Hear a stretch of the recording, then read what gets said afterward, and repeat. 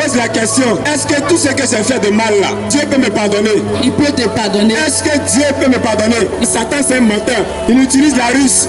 Il vient par notre esprit. Il est très Il rusé. vient te dire, mon frère, ce que tu as fait hier là, Jésus ne peut pas te pardonner. C'est ça. Mais c'est un menteur. C'est ça. Laisse-moi te raconter une petite histoire. Mon frère, ma soeur, écoute cette histoire. C'est l'histoire d'un homme riche. Et l'homme riche, quand on entend il est riche, il a l'argent. Et l'homme riche, il a l'habitude de manger à table avec son fils et puis son serviteur. Et chaque midi, il mangeait toujours à table comme ça. Et un jour, le riche tardait à rentrer à la maison pour prendre le repas avec son fils et son serviteur.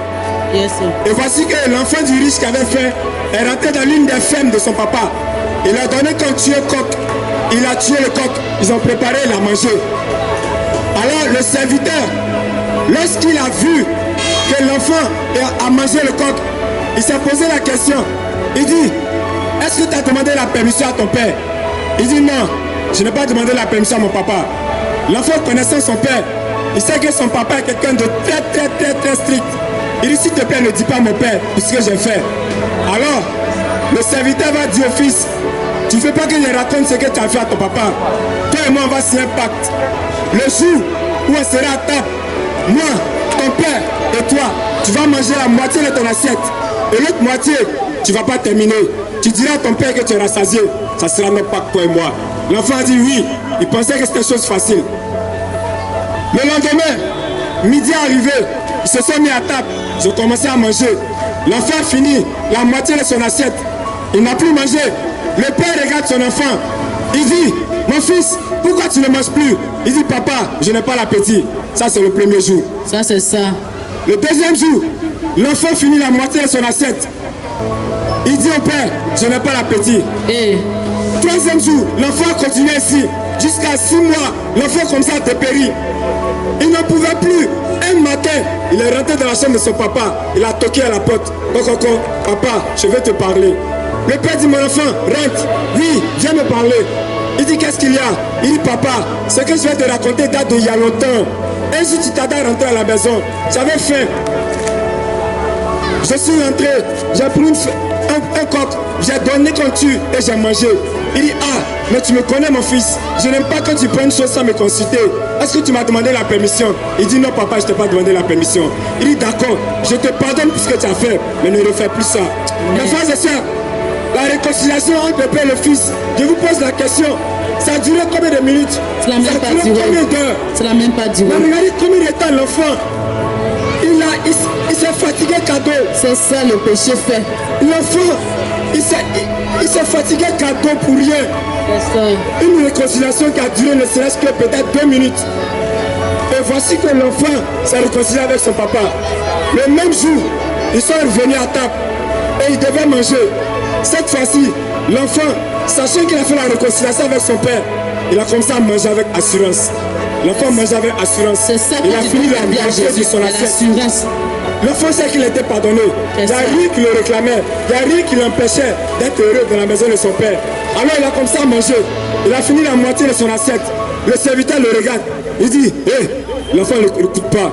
L'enfant mange avec appétit. C'est ça. Il dit, le coq. L'enfant ne le regarde pas. L'enfant mange avec appétit. Il dit, cette fois-ci, je vais dire à ton père, patron, il dit, oui, mon serviteur, ton fils c'est un voleur. Non, mon enfant, pourquoi tu le traites de voleur?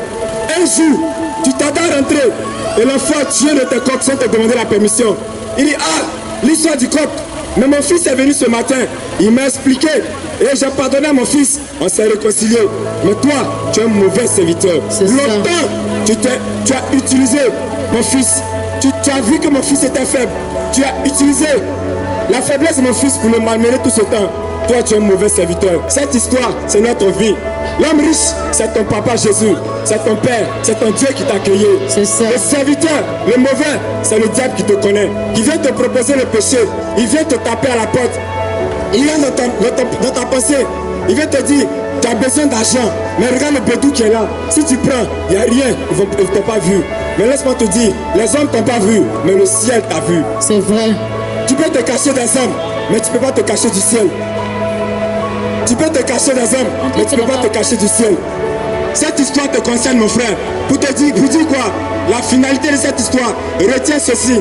Tu vas partir, tu vas rentrer chez toi. Tu diras qu'il y a des jeunes frères qui sont venus et nous ont parlé de la repentance. Saisis cette parole, parce que cette parole concerne quelqu'un. Tu as touché au fétiche. Tu te dis que ce que tu as fait est tellement cruel que Dieu ne peut pas te pardonner. Laisse-moi te dire, à travers cette histoire, Jésus te pardonne. Jésus te pardonne si seulement ton pardon est sincère. Il a dit dans sa parole, il dit, si tu confesses de ton péché et que tu le délaisses, moi, tu obtiens miséricorde. La parole est la vérité. Bien-aimé, rien de ce qui a été fait sur la terre n'a été fait sans la parole. La parole de Dieu, c'est la vérité absolue. Bien-aimé, il y a une chose que je vais te dire. La Bible dit au commencement était la parole. Et la parole était avec Dieu et la parole est Dieu. Mais dans cette phrase, il y a quelque chose qui est un peu anormal chez moi. Dieu qui est Dieu, regardez ce qu'il fait. On devait dire au commencement était Dieu. Mais on dit au commencement était la parole. Ça veut dire quoi? Dieu met sa parole avant sa personne. Il met sa parole devant, avant lui-même Dieu. Pour dire quoi? Il fait rien sans sa parole. Ce que nous venons vous prêcher, c'est la parole de Dieu et c'est la vérité.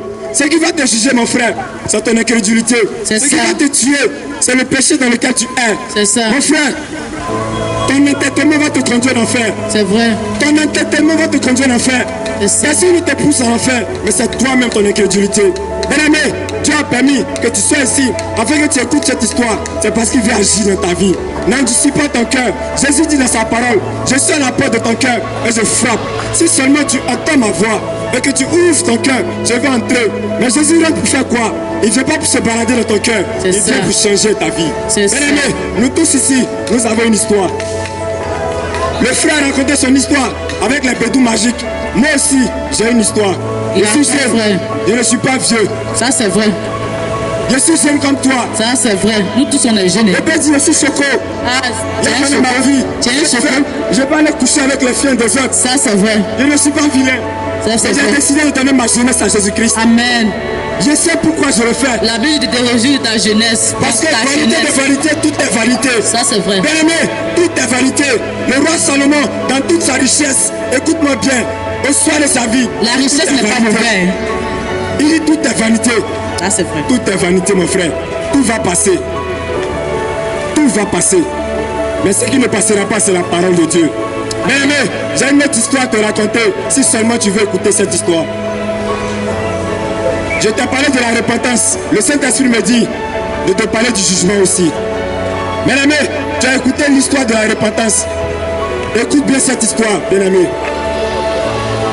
Aujourd'hui, Jésus-Christ qui est mort à la croix, ce n'est pas en vain qu'il a accepté de mourir à la croix. Christ, qui est Dieu, il s'est fait malédiction pour que toi tu sois malédiction aujourd'hui. Aujourd'hui, tu es assis sous la bâche. Aujourd'hui, tu es en train de faire tes promesses. Mais écoute-moi bien. Jésus, lui qui est le Dieu parfait, il s'est fait imparfait pour que toi tu sois parfait aujourd'hui. Amen. Que fais-tu du sacrifice de Jésus? Que fais-tu de ce sacrifice? Que fais-tu du sacrifice de Jésus-Christ? Regarde comment tu banalises le sacrifice de Jésus.